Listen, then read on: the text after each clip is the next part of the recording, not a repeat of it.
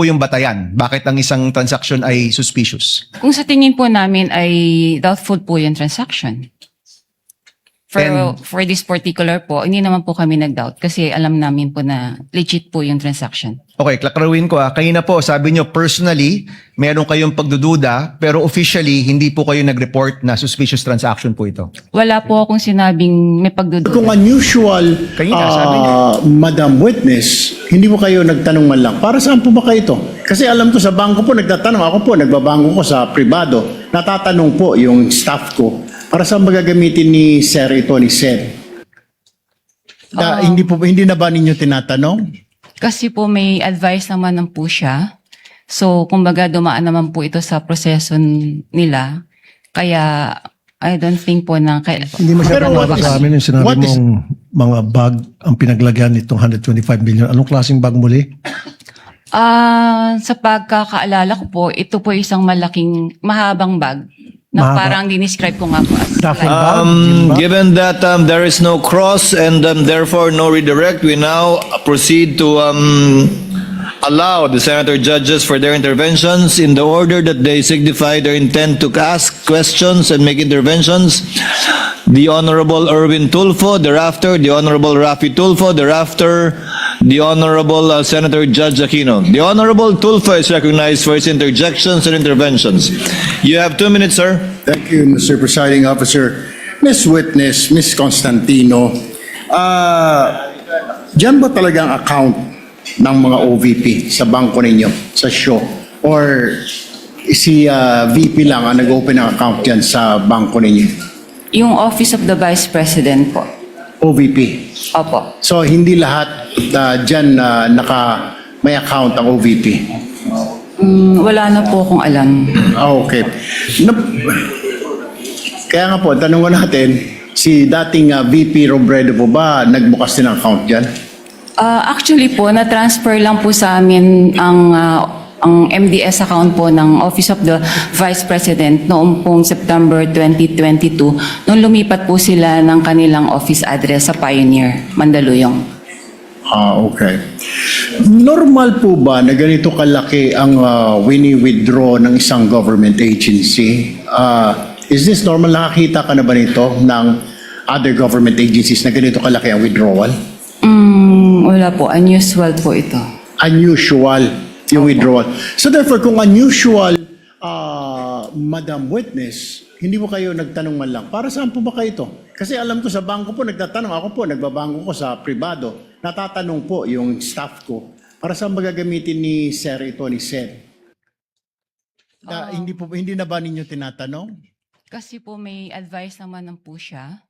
So, kumbaga dumaan naman po ito sa proseso nila. Kaya, I don't think po na magtanong pa kami. What is the SOP? Ano po yung standard operating procedure pag may mga malalaking withdrawal? Or exempted pag mga government agency, lalo po't mga matataas na ahensya ng pamahalaan? Wala na pong exemption. Kaya lang po itong sa particular na transaction po ng OVP, bali meron naman po kasi silang forward advice po sa branch. Okay. Alam niyo po ba na ito ay for intelligence fund, yung wini-withdraw? Hindi po. Hindi niyo po alam na Intel fund ito. Opo. Pero nagduda po kayo sa ganitong kalaking halaga. Is that correct?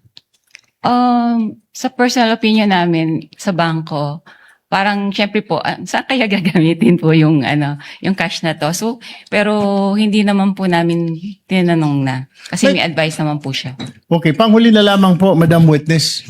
May other agencies pa ba na may account sa inyo? Marami naman pong mga government agencies po sa Sa branch Landbank ninyo? Mhm. Okay. Pero walang mga ganito kalalaking withdrawal? So far po kasi na-convert na po lahat kasi sila sa mga online system like yung sa ATM payroll. So hindi na po ganyang kalalaki mga withdrawals po nila. Thank you, Madam Witness. Thank you, Presiding Officer. Thank you, Senator Judge Erwin Tulfo. Senator Judge Rafi Tulfo is recognized. You may proceed, sir, when you're ready for interjections and interventions. You have 2 minutes, sir.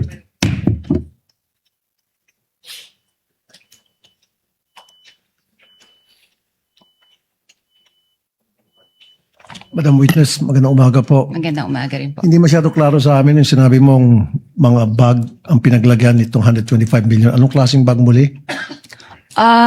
Sa pagkakaalala ko po, ito po isang malaking, mahabang bag na Mahaba. parang dinescribe ko nga po as Duffel like bag? Gym bag? gym bag po. Iba po kasi Gym yung bag. duffel bag sa bangko. So gym bag ano kalaking? Isang Mahaba lipa? Okay.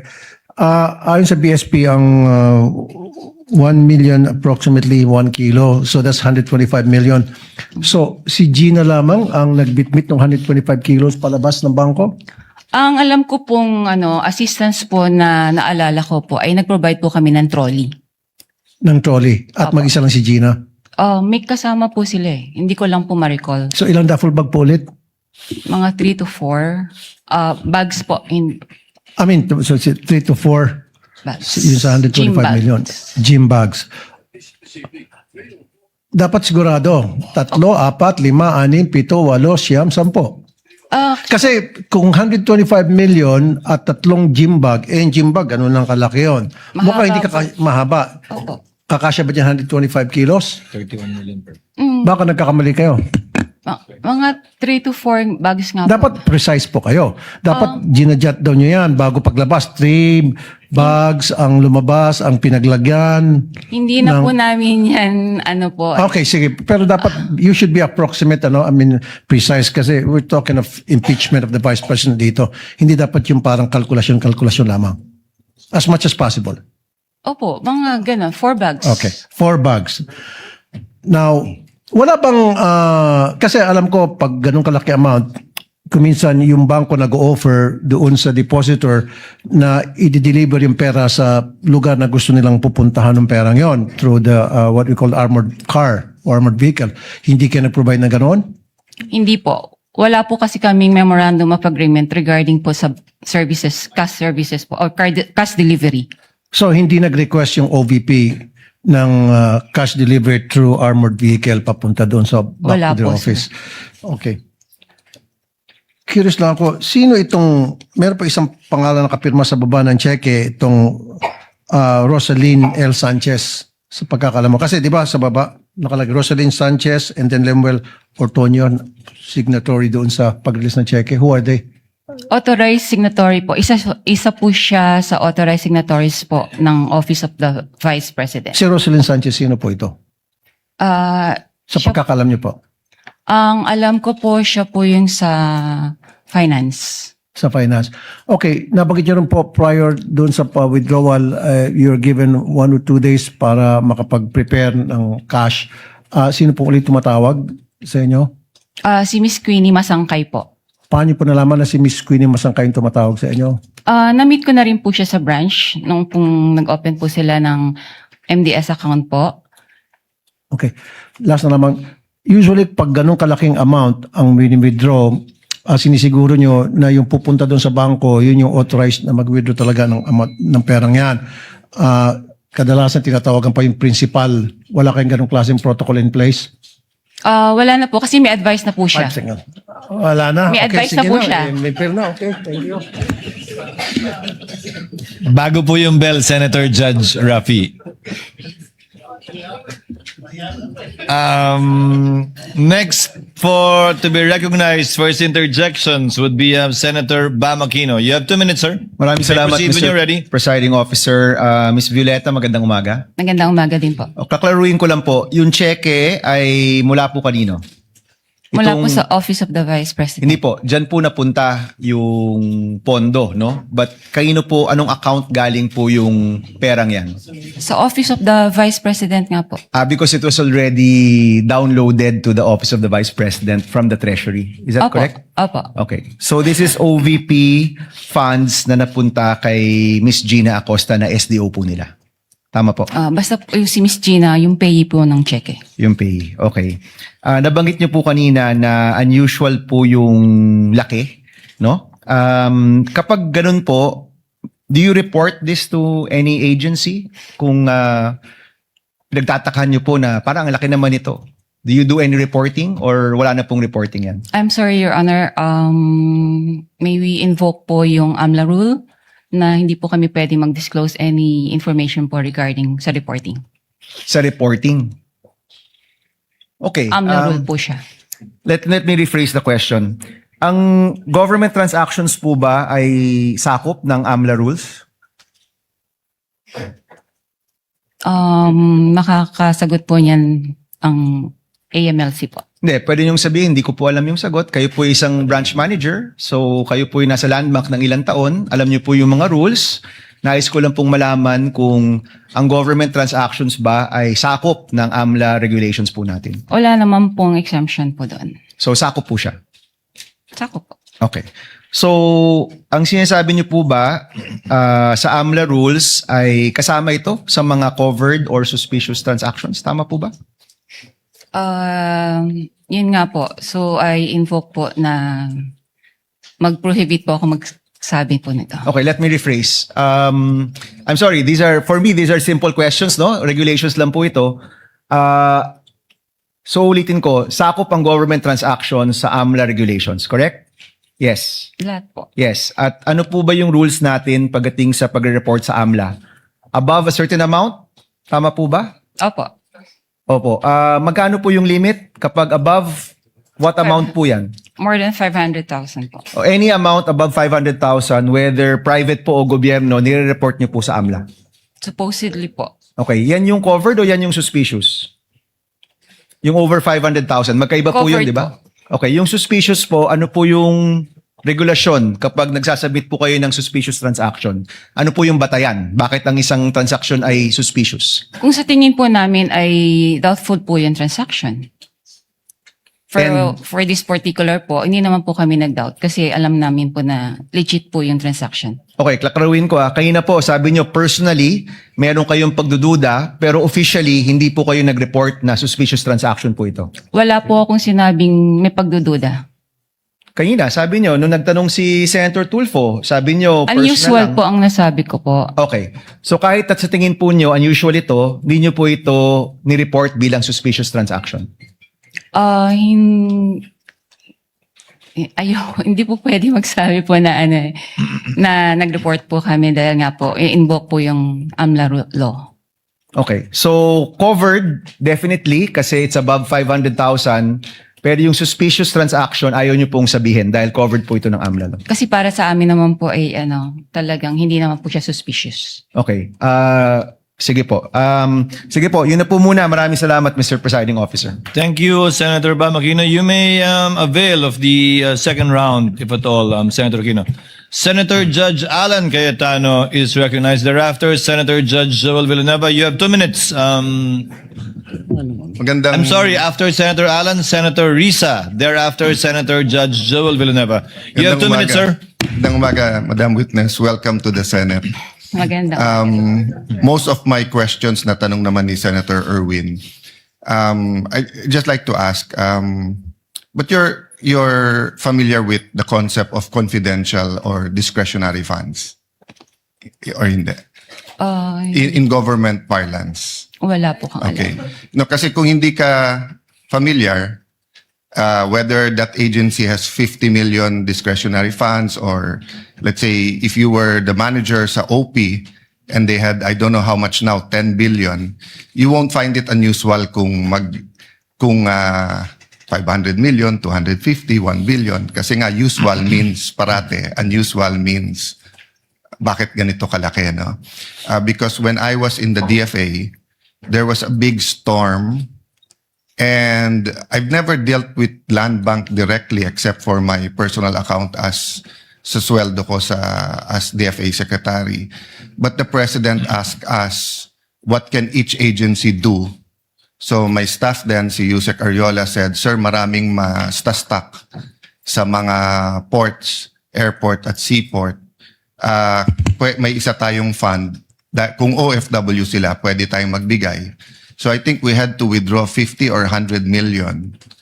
At sinabi ng branch manager, wala. And then it was a Friday. So I had to call the president of Land Bank and say, sir, basta stranded, hindi. And then they sent over 50 or 100 million. So my point is, just because it's unusual, it doesn't mean it's illegal or whatever. Tama po ba? Wala naman pong illegal doon sa encashment po. Because nga, may difference when it's a private account.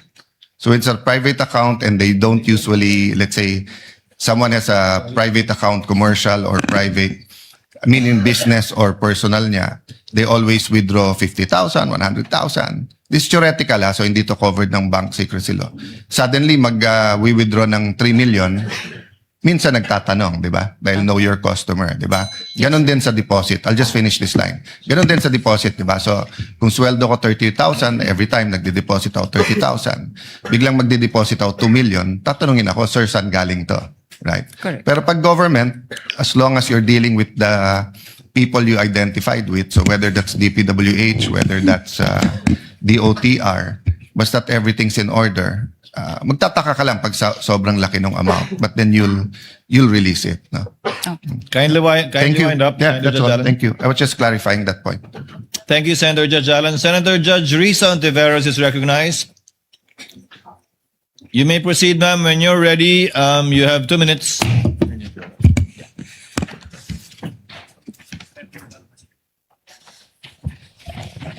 Salamat po, Mr. Presiding Officer. Madam Witness, yung 32 years nyo po na sinabi sa banking industry, yun po ba lahat ay sa land bank lamang? Opo. Okay. And then, sabi nyo po, unusual. Unusual yung withdrawals na ito. Sa 32 years nyo po sa banking industry, sa land bank, nakakita na po ba kayo ng ganyang kalaking amount na withdrawal ever before? First time po. First time. Okay. Sabi nyo nga kanina, unusual yung amount. First time, may ganyang amount na 125 million pesos. Bakit nyo sinabing unusual? Ano yung floor nyo para sabihing unusual yung isang amount? Usually po kasi kaya naging unusual para sa akin kasi cash po siyang kinukuha. Mhm. Sa other, ano naman po is, kumbaga nag-issue po sila ng mga cheque sa, yung disbursement po nila. By checks po, hindi po cash. Okay. So, hindi lang yung laki nung halaga na 125 million ang unusual. Unusual din na yung ganyang unusual amount ay sa cash kinuha at hindi sa mga cheque. Opo. Okay. And yung 125 million, yun ba yung minimum na pag kinuha in cash, sasabihin nyo unusual? Or meron bang lowest amount na kapag kinuha in cash, sasabihin nyo na rin unusual? Pwede naman po naming sabihin na unusual. Let's say kung over, let's say 500,000 na po siya. Over 500,000? Kasi yun, Kung over 500,000 kinuha in cash, sasabihin nyo unusual. for that particular, let's say po yung kliyente, yung Yes. mga ganun po. Opo. For the particular client. Ito, hindi lang 500,000, 125 million.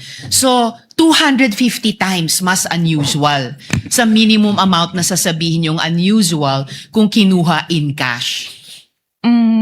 Depende po rin sa yung kliyente po.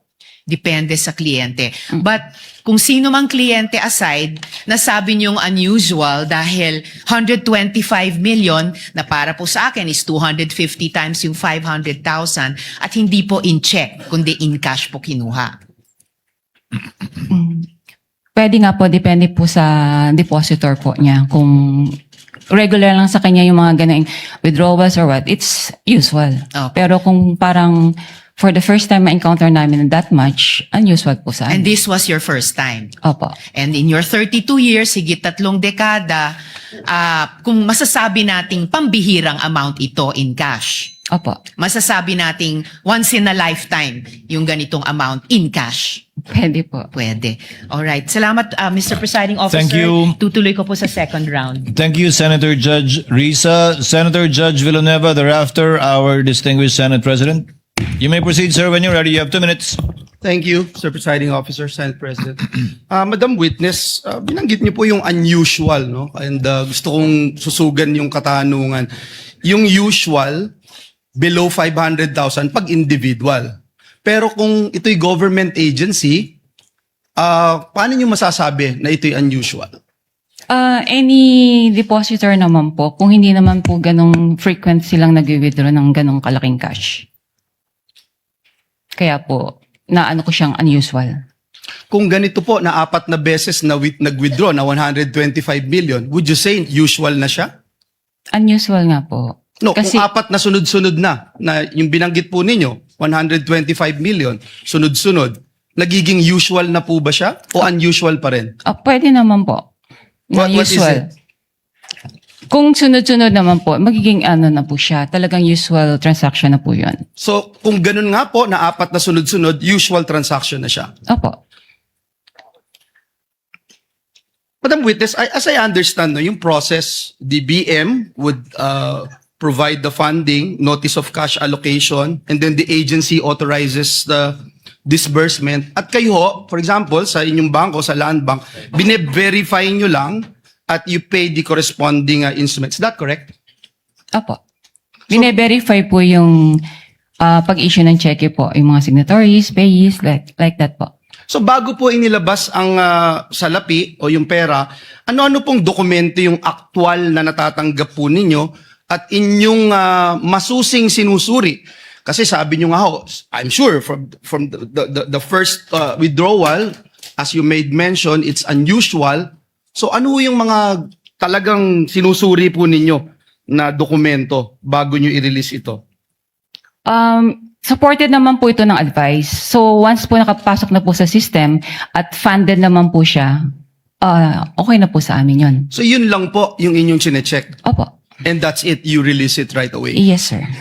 And binanggit niyo ho kanina, hindi ito suspicious Para sa ano ko po, hindi po siya suspicious. at lahat po ay legitimate. Yes, sir. One last question that I'd like to ask.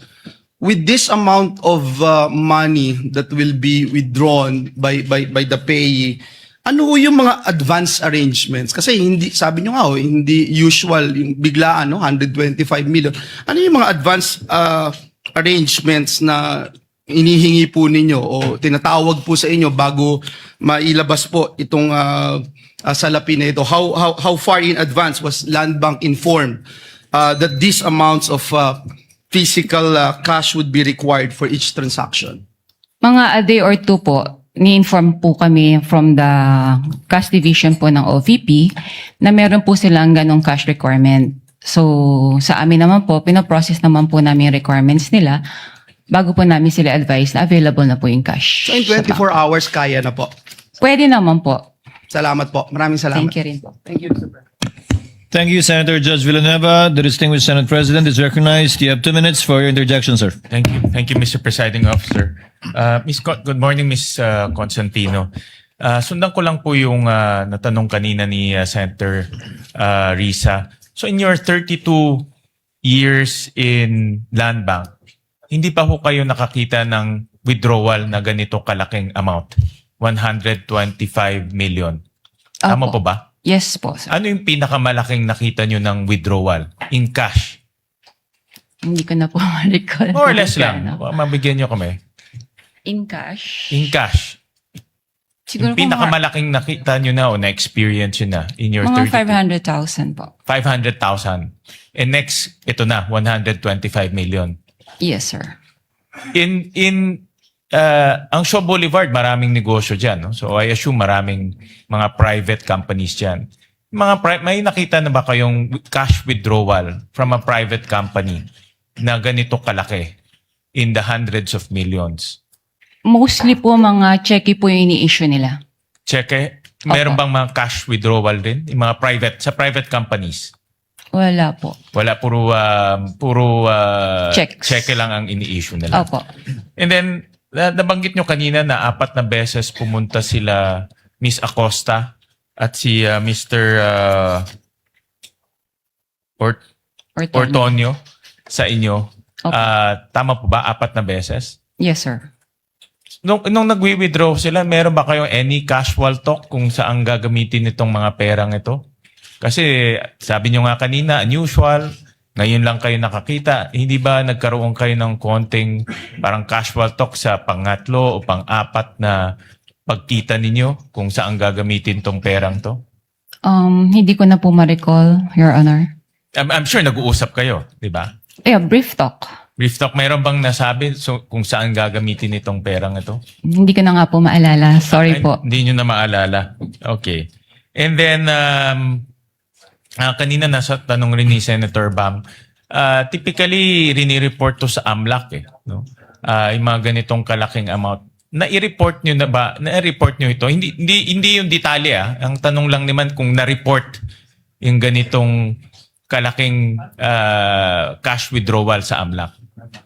Ang alam ko po, ang Land Bank naman po ay compliant po sila sa when it comes to reporting po. So, nare-report siya. Compliant po kami doon. All right. Thank you, Mr. Presiding Officer. Senator Judge Pangilinan is recognized. You may proceed, sir. You have 2 minutes when you're ready. Thank you. Magandang umaga. Ang umaga po. Unang-una, si Gina Acosta, kilala ninyong bilang Special Disbursing Officer, tama? As payee po ng cheque. Hindi bilang Special Disbursing Officer. Hindi po. Kung siya ang payee, hindi, at sinabi nyo, iba ang tumatawag sa inyo na 2 days in advance. Iba po. Di ba? Sino yung sinabi nyo yung tumatawag? Si Miss Queenie Masangkay po. Miss Masangkay. Opo. Bakit iba? Would you know, if you know, bakit iba yung payee, iba yung tumatawag? Wala po kang idea kasi it's under the agency po kung sino pong gusto nilang gawing payee po. Pero bakit si Masangkay ay kilala mo? Nagpakilala siya? Did you meet each other? Na-meet ko po siya kasi po bago po sila mag-open ng account po sa amin, so nag-visit po sila sa branch. Okay, so you knew her personally and therefore siya ang tumatawag. Pero ang payee ay si Miss Gina Acosta. In other accounts, would you know or would you have experience na ganun din? Iba yung payee, iba yung tumatawag? I suppose yes, no? Wala po akong idea. Okay, okay. Doon sa nabanggit niyong first time ang ganyang kalaking halaga, kaya sabi niyo unusual. Meron pa bang ibang ahensya? Tama bang sabihin, walang ibang ahensya ng pamahalaan ang naglalabas ng ganyang kalaking pera sa inyong accounts, sa inyong branch? Dahil kayo ay depositary ng government bank, hindi ba? Wala na po akong ma-recall kasi nga po kagaya ng sabi ko kanina, lahat po ay na-convert na po sila sa mga online transactions. And most government agencies would use checks Checks or online transactions po. or online transactions. Okay. So, and sinabi nyo, ang average na cash transactions sa inyong withdrawals, apart from yung 125 million na cash, yung average is about 500,000. Tama? Yung average amount ng cash. Pwede po or lower than that. Kung cash Yes, po. yes, yes. So, malaki yung agwat, no? Opo. And that's why you say it's unusual. Yes, sir. Okay. I have no other questions, Mr. President, Presiding Officer. Just to manifest that earlier, the witness said that she's bound by the confidentiality rule under the AMLA law. But we take exception to that, but I understand that we will be tackling this matter in another article. We will not concede that you cannot disclose this information, this being the impeachment court. But it being, dahil ito'y itatakal sa ibang articles of incorporation, we will not pursue it at this time. I mean, the articles of impeachment, rather. Is it Article 2? Then we will not insist and we will not push the issue at this time. For the record, Mr. Presiding Officer.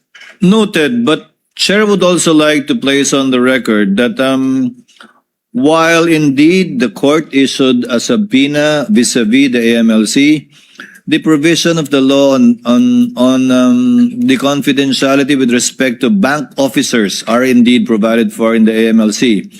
That bank officers are those authorized to report. Both suspicious transactions and those exceeding 500,000 are not allowed to disclose whether or not they report. And thank you, Ms. Constantino, for being very cooperative and at the same time prudent with respect to your answers regarding the MLC provision. Dahil kayo po yung madedemanda kung sakasakali, hindi naman po kami. If there are no other, Senator Judge Aimee, before we go on a second round. Senator Judge Aimee, thereafter Senator Judge Erwin Tulfo for a second round, Senator Judge Ontiveros for a second round, and Senator Judge Rafi for a second round. Senator Aimee, you may proceed when you're ready, and you have 2 minutes, ma'am. Thank you very much, Presiding Judge. And this is a very simple question by way of information to the prosecution. During the Blue Ribbon Committee, a certain Jean Abaya was called as a resource person. As I recall, she was then the operations head of Land Bank Shaw and assumed the position of department manager thereafter. I understand, of course, that the prosecution has the right to choose your witnesses. I am simply curious, bakit hindi pinatawag si Ms. Abaya na magtestigo ngayon, samantalang siya yung may personal knowledge ng encashment ng mga cheque na pinag-uusapan? Your Honor, The Honorable Chua may respond. thank you, Your Honor. Your Honor, at that time, when this check was encashed, si Ma'am po, ang ating pong testigo, siya po ang branch manager. Hindi po si yung nabanggit po ninyo. Yes, alam ko na siya yung branch manager, pero yung operations head at that time, si Jean Abaya. As a matter of fact, she was even able to say that the entire amount of the checks was withdrawn each encashment. So, ang lumalabas doon sa House hearing, kung naaalala kong maigi, si Miss Abaya ang direktang nakipag-deal kay Miss Acosta, di ba? Your Honor, kung maririnig po natin yung kanyang salaysay, siya po kasi yung nakikipag-coordinate sa OBP. Siya In fact, nakikipag-coordinate or sino ang direktang nakikipag-usap kay Miss Abaya? Kung ganon. Kay Miss Acosta, sorry. Di ba si Jean Abaya? Pwede po Yun ang akong sumagot. pagkaintindi ko doon sa House hearing eh. Pwede po akong sumagot. Yes, please. Si Jean Abaya po, siya po yung next in rank nung ako po ay branch Siya manager. yung? Next Sorry. in my rank. Oo, yeah. Opo. Pero siya ba yung direktang nakipag-deal kay Miss Acosta ng DepEd? Ako po ang direktang sa OVP po. Nakakapagtaka lang kung bakit nung House hearing, si Miss Abaya ang siyang nagsabi ng direktahan na yung entire amount ng cheque was withdrawn each encashment. Hindi po kayo. Ba't nagkaganon? Your Honor, bali po si Gina Baya po ang naging incumbent manager. Siya po yung pumalit sa akin as branch manager. So at that time, tinanong po nga siya. So since operations manager po siya, aware din po siya sa transaction. Pero natanong din po siya kung sinong direktang kumakausap sa cash division Okay. staff. So kaya po ako napatawag. Kayo yung direktang nakipag-usap? Opo. Kahit siya ang nag-attest na talagang buong amount ang withdraw. Ganun ba Aware yun? naman po siya sa mga transactions din po sa branch. Okay, maliban doon, Ms. Constantino, nung House Blue Ribbon, narinig ko, nung tinanong ni Congressman Luistro, sino ang nag-withdraw ng pera at linagay sa mga bag, nung una, sabi niyo, you didn't recall. Matapos noon, medyo may leading question si Congresswoman nun eh. Kasi ang sabi, do you recall Miss Acosta? Do you recall Mr. Ortonio? Bigla ninyong naalala si Miss Acosta at si Mr. Ortonio. Tama ba yun? Ba't nagkaganon? Nung una, hindi ninyo maalala. Pagkatapos nun, naalala na ninyo. Pwede ko Ano po ba bang- talaga ang naaalala ninyo? Para klaro tayo. Pwede po ba nating balikan po kung yung transcript po talaga? Kasi baka po, ma'am, baka lang po, I'm sorry, may iba pong issue before. Tapos po natanong ako kung bakit ko po kilala yung dalawa. So baka po may iba Kasi pa nung pong una, story up behind. tinatanong, kung nare-recall ninyo, sino naglagay ng pera sa mga bag? Sabi po ninyo na hindi ninyo maalala. Tama ba yun? Ang pagkakaalala Kindly ko po, wind up.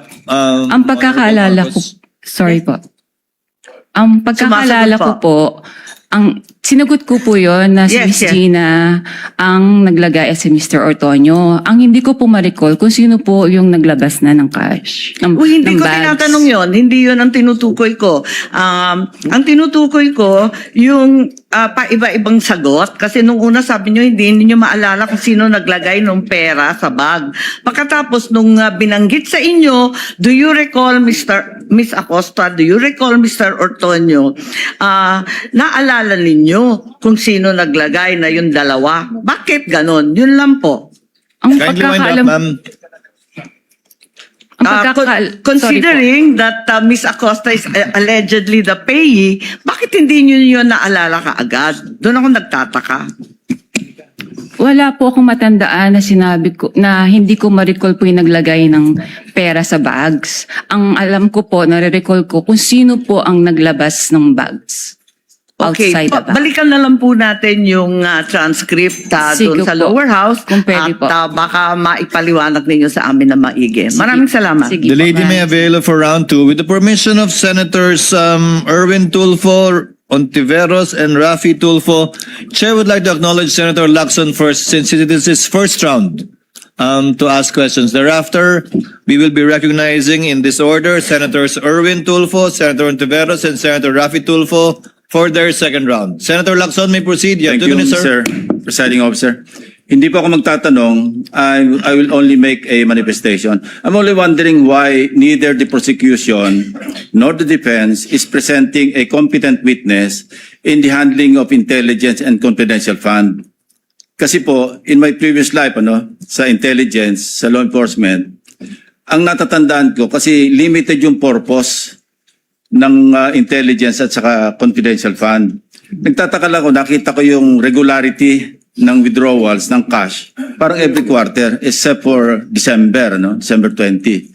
So sana kung para ma-educate kami at saka magkaroon kami ng informed decision later on, sana meron tayong competent witness sa pag-handle ng intelligence fund or confidential fund. Para nang sa gano'n naman, ma-appreciate namin at matanong din namin sarili namin, regular ba yung every quarter kasi January, April, tapos July, di ba? Parang regular eh. Ang alam ko, pagka may pangangailangan dahil merong intelligence gathering operation, may confidential activities, saka palang mangangailangan ng pera. So yun lang, Mr. Presiding Officer. Your The defense may also respond or comment with the prosecution. Thank you. We will recognize both sides, but recognize first to respond to the inquiry of the manifestation rather of Senator Judge Lacson.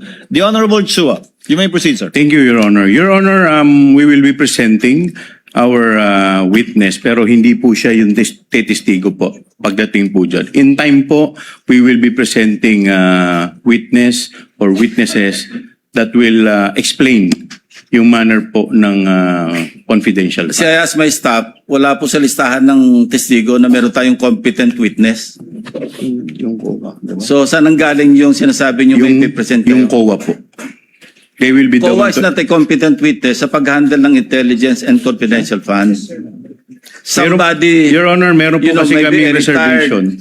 a retired intelligence officer, somebody like that na maalam mag-handle. Nagtataka lang ako bakit masyadong regular tapos yung una pa, natapat pa na magpapasko. Yes, Your Honor, may present po kami pero kung makikita po ninyo dun sa aming pre-trial brief, meron po dong reservation. Thank you. Thank you po. Confidential pa daw po. The Honorable Attorney Poa rather is recognized for your comment to the manifestation of Senator Lacson. Thank you, You may Mr. proceed, sir. Presiding Officer. Same comment actually with the prosecution, Your Honors. Meron din po kasi tayong mga reservations. So we will present when we feel necessary, Your Honors. Sa ngayon nga, confidential pa din yung witness niya. Senator Erwin Tulfo is recognized for his availment of round 2. You may proceed, sir. You have 2 minutes. Thank you, Mr. Presiding Officer. Miss Witness, ito pong transaksyon na 125, 4 times po yata ito. Tama po ba?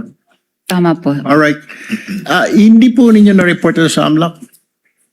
Gaya po ng sabi ko po, na-invoke ko po yung AMLA rule, prohibiting us to disclose po any information regarding No, I'm that. not saying na you have to disclose to us, pero I'm saying kailangan po bang i-report ito? Kasi ma'am, ayon po sa AMLAC law natin, covered po ang lahat po ng government transactions ng government agencies. Tama po ba? Do you agree to that? All right. Yes po. At saka, another thing, ito mo ba ang transaksyon na ito ay nasa ilalim ng list of due and demandable accounts payable LDDAP? At saka, meron pa bang itong advice to debit account ADA?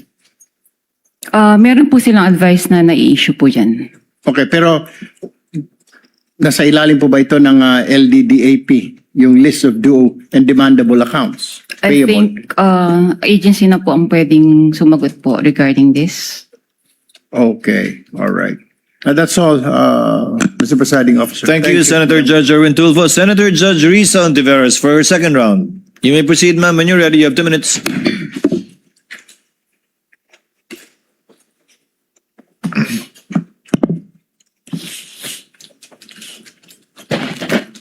Salamat po, Mr. Presiding Officer.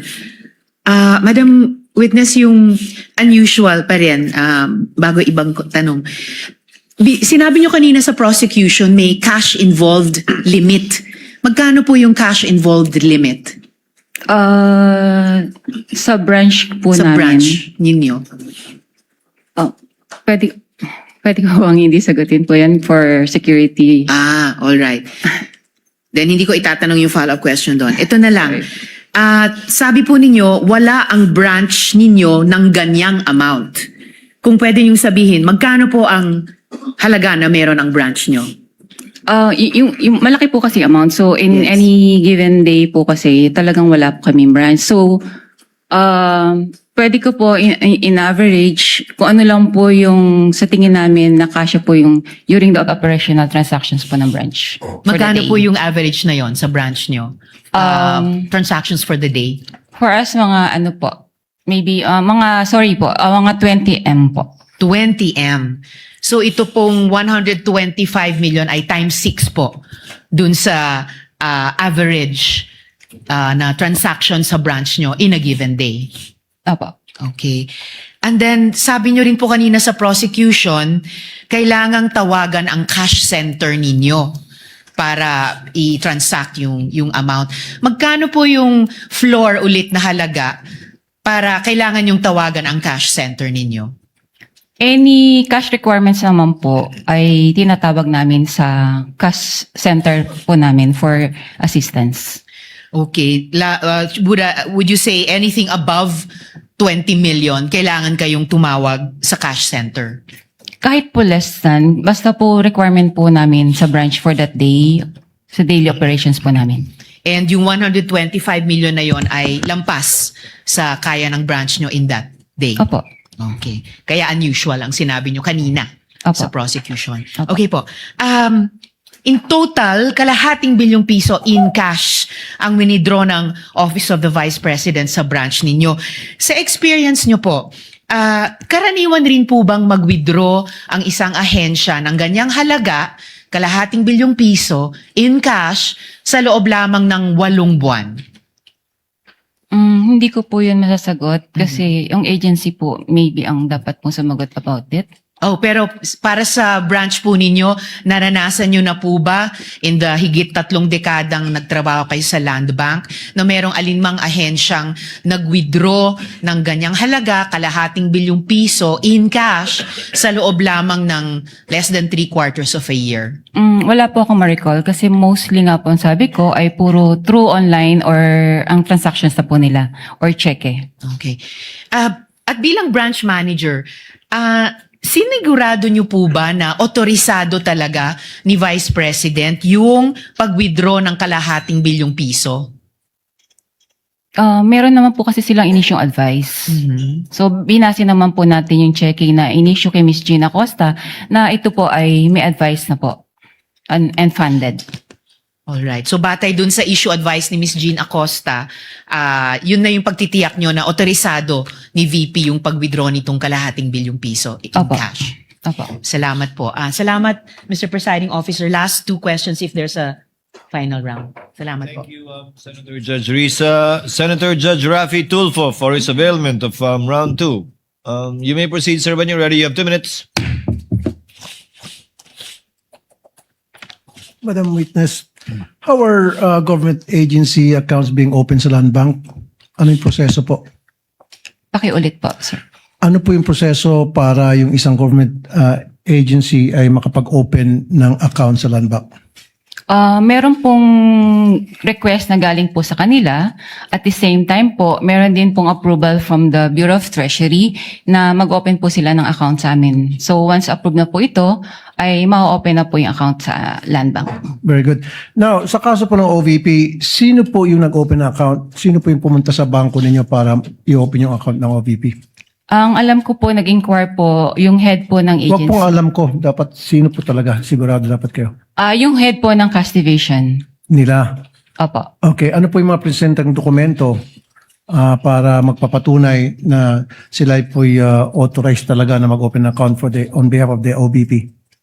Gaya po na sabi ko nga po kanina, yung pong request nila na mag-open account, at the same time, yung approval po ng Bureau of Treasury na sila po ay allowed po mag-open ng account sa amin. I don't know kung nasa niyo po yung question kanina. Sino po yung person na pumunta doon para magpresenta na ako'y from OBP at nagpakita ng dokumento at ako yung authorized person to represent the OBP for this account? Yung head po ng cash division po ng OVP. And what is her name again? Anong pangalan niya po? Hindi ko na po ma-recall yung head po. Yung isa po kasi staff niya po yun, Okay. si Miss Queenie. So pagdating niya po doon sa bangko, meron po siyang sigurado akong binabanggit ng mga taong point person na para pumunta sa bangko para mag-withdraw at sino yung mga signatories, etc. Tama? Pakiulit po ang tanong, Your Honor. Kasi po yung sa cash division, hindi mo na maalala ang pangalan ng tao ulit? Yung head ng cash division, hindi ko na po ma-recall. Okay, sige. Yung head ng cash division, pumunta doon ng open account. So, doon nagkakaroon na agad ng arrangement para sabihin sa inyo na ang pwede lang mag-withdraw ay si ganito at kasama si ganito. Wala pong ganong arrangement. Wala. Wala pong ganon. O dapat mayroong arrangement para malaman ninyo kung sino yung point person ng OBP para tumawag sa inyo at sino kayo nagde-designate ng point person to coordinate from the OBP to the Land Bank. Yung po, sorry po, ang pagkaintindi ko po kung sino po yung inisyuhan nila ng cheque, ganun po ba? No, sino yung taong nagsasabi sa Land Bank na ito lamang ang recognize namin na tumawag at the day of the withdrawal at ito lamang ang pwedeng pumirma sa cheque, etc. etc. There has to be one person. As to authorized signatories po, aware naman po yung agency kung sino po yung mga authorized pumirma. Ngayon po, kung sino po yung... No, sorry. You're listening but you're not hearing me. Sino po yung tao na nagsabi sa Land Bank na, hey, Land Bank, ito lamang mga tao ang pwedeng kumontak sa inyo, ang pwedeng mag-withdraw, period. Sino yun? ang pagkakalam ko po, yun pong sina Asik or Tonyo po. Sina Tsaka po Asik. sila po kasi yung officers po ng So did they OVP. go personally sa Land Bank or through telephone lamang? Sa pagkakaalala ko po, meron po silang written communication po So how sa did you amin. know na sila talaga yun nasa written communication? Nag-represent po sila ng mga IDs nila. Doon po sa pagkakaalala ko So po. they went to Land Bank personally Yes. and then they presented documents to prove that they are that person. Opo. And Kasi, then Go ahead. sorry po, pwede pong mag-butt in. Go Bali po doon, sa pagkakaalala ko po, sa binibigyan ng dokumento, meron na rin pong photocopy ng mga IDs po nila. Okay. Thank you. Thank you, Madam Witness. Thank you, Senator Judge Tulfo. Senator Judge Pangilinan is recognized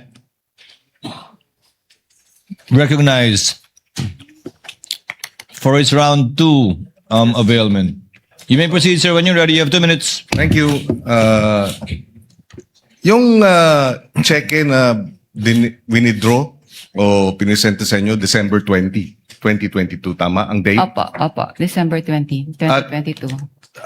kinuha yung pera on the same day, December 20. Opo.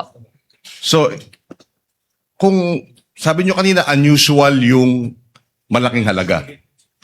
Unusual din, o usual ba yun? Yung ganung halaga, same day naka-date, same day din i-withdraw? Ganon? Bali nga po, Mabilis ba yun? may prior notice po sila, ang agency, na meron silang magkakaroon po sila ng ganong encashment. So as to 2 days date- before? Opo. So, yung pong December naman po kasi, pwede naman po nilang gawin yun on the same day. Kasi po, pag December, merong regulation naman po ang Bureau of Treasury.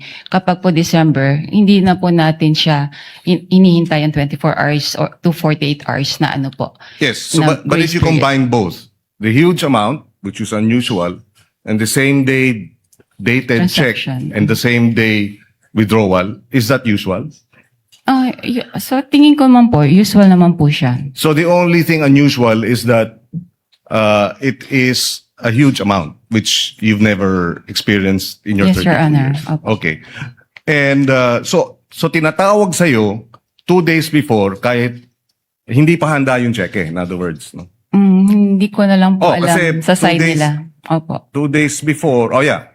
Pero posible, no, na 2 days before, December 18, 17, hindi pa nahahanda yung cheque, pero ihahanda nila, pininotify na kayo. Opo.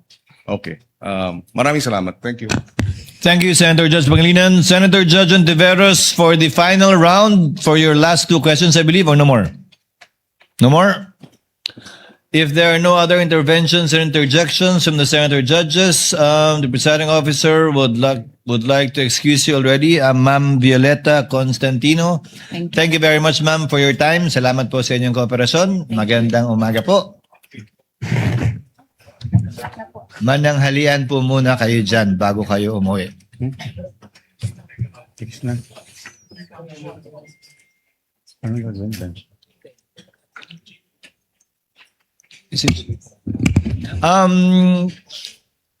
Yes, Senator Judge Pangilinan. Just a very quick manifestation because I'm receiving a few text messages. The about- gentleman may proceed. Thank you. About the non-disclosure by covered transactions. We just have to distinguish, para sa interest lang ng mga nagtatanong, ang covered institutions na hindi pwede mag-disclose ang mga bangko ng AMLA records. Pero ang AMLA mismo, hindi siya, at least the position of the impeachment court, is not covered by the confidentiality of records. That was what the chair said earlier, and that was Yes. contained in the ruling of the court. Yes. Thank you, Mr. Presiding. Thank you. With the permission of the parties, it's 11:42, so that we can cut clean. We can pause for lunch and resume at 12:15 for a 30-minute lunch break. Your Honor, before anything, just a quick manifestation, Your Honor. Your Honor, if I may be Counsel recognized. for respondent is recognized. Mukhang naiwan po yata ng witness natin itong certification. If I may just turn it over. Yes. Kindly give it to the counsel to the panel of prosecutors. May and we to know the what witness. is the content of the Yes. document? Thank you. Based on popular request, 12:30 then. We resume at 12:30 for the next witness of the prosecution in the person of Ms. Nenita Camposano. That's okay with us, Your Honor. Counsel, from the panel of prosecutors, that's okay? Yes, that's okay with us, Your Honor. Then we shall go on recess and shall resume at 12:30.